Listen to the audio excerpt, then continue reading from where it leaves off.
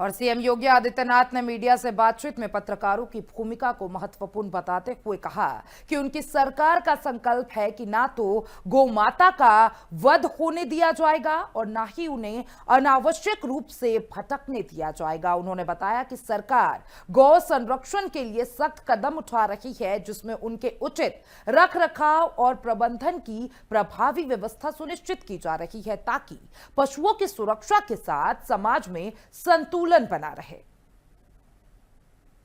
तो देखिए, साफ तौर पे सीएम योगी आदित्यनाथ का ये बड़ा बयान सामने आया है। उन्होंने गौ रक्षा को लेकर महत्वपूर्ण संदेश दिया है और साफ तौर पे कहा है कि अब गौ हत्या बंद हो जाएगी और उनकी रख रखाव की पूरी सुविधा सरकार करेगी। और इसी के साथ साथ ये बयान काफी सुर्खियां बिटोरते नजर भी आ रहा है, ताकि पशुओं की सुरक्षा के साथ समाज में संतुलन बनाया जा सके।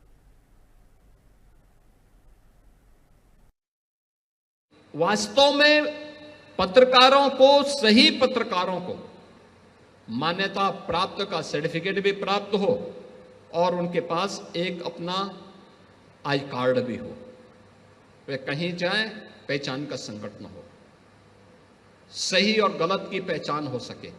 और सही गलत की पहचान हो सके तो हमें भी उस कार्यक्रम को आगे बढ़ाने में मदद मिलेगी, जो हमारी हार्दिक इच्छा है कि हमने सबको व्यवस्था की है तो कम से कम मीडिया में मान्यता प्राप्त पत्रकार को भी कैशलेस स्वास्थ्य सुविधा प्राप्त हो जाए। क्योंकि हम लोगों को कभी कभी दुख होता है, कोई पत्रकार बीमार हो जाता है तो वो सबकी आवाज उठाता है, तो उसकी आवाज कोई उठाता ही नहीं। और तो भोले भटके कभी सूचना मिल जाती है तो कुछ हम लोग वहां खड़े होने का प्रयास कर लेते हैं, अन्यथा कोई सूचना ही नहीं देता, कोई बताता ही नहीं।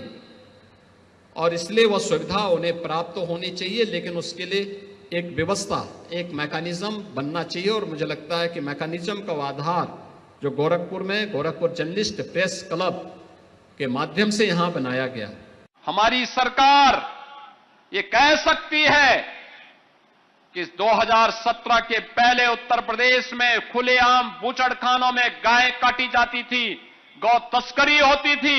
आज हमारी सरकार का संकल्प है, न गौ माता को कटने देंगे, न गौ माता को कहीं पे अनावश्यक रूप से विचरने देंगे। 7,700 से अधिक निराश्रित गौ आश्रय स्थल हमारी सरकार चला रही है।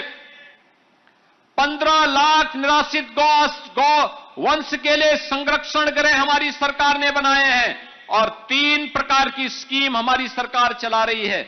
एक सरकार के द्वारा संचालित निराश्रित गौ आश्रय स्थल या कान्हा उपवन, और दूसरा मुख्यमंत्री सहभागिता योजना के माध्यम से कोई किसान अपने घर में 4 गोवंश रखेगा, निराश्रित गौ आश्रय स्थल का हम हर महीने उसका वेरिफिकेशन कराते हैं।